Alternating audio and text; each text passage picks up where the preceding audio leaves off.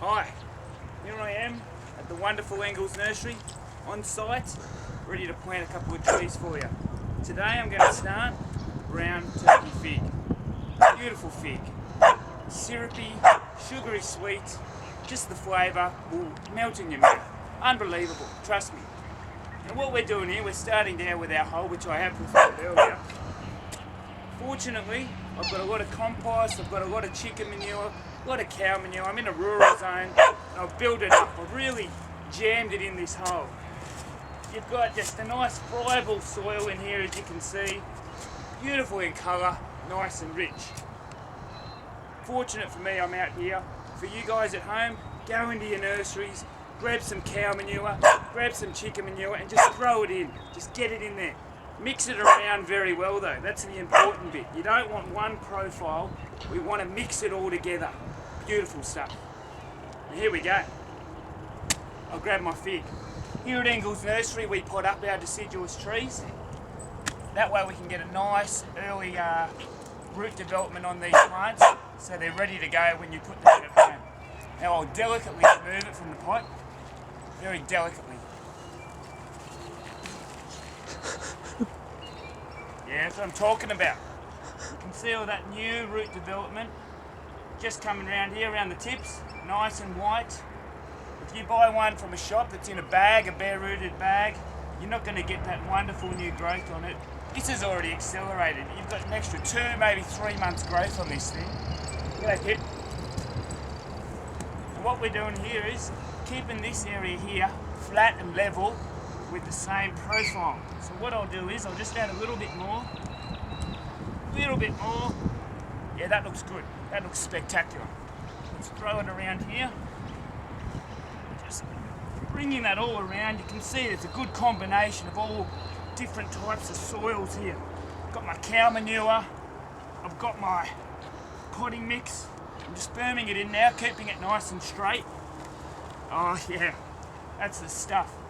Now, what I'm going to do here is just well this around. This well is just going to keep the water in. Oh, look at that, a bit more, beautiful. Just keep that around. And that's going to hold the water in when I water this crisp little fig in. Now what I'll do now is I'll grab just a little handful of fertiliser just to get it started. Oh, that's the stuff, I tell you. That is the stuff. That's cow manure, that's sheep manure, that's potassium. Oh, that's the real deal. Tell you what, that's fantastic. Just a couple of handfuls just to get it started. Then I'll grab this. Tell you what, it's a great idea. Have your ingredients all ready. Geez, it makes it easier. And get this mulch all around here. This is going to keep the moisture in, and it's also going to kill back a little bit of the odour that these pellets do have. Just around you go. Not going too close to the stem, because we don't want this plant to rot. That's what happens when we cover it up too close. You get a little bit of rot down the base there. That's looking really good. Nice mulch layer. Now, excuse me, let's just water this puppy in. Just give it a real good water. What we're doing is we're pushing any air that may have been trapped down around the root system and just getting it nice and established. In she goes.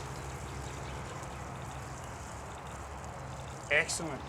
One other little thing that we do around here, we get a lot of rabbits, sometimes even possums in residential areas, and probably the main pest that's involved with fruit trees is the dreaded whippersnapper, a nasty, vicious animal that attacks the base of your plant, can ring bark it.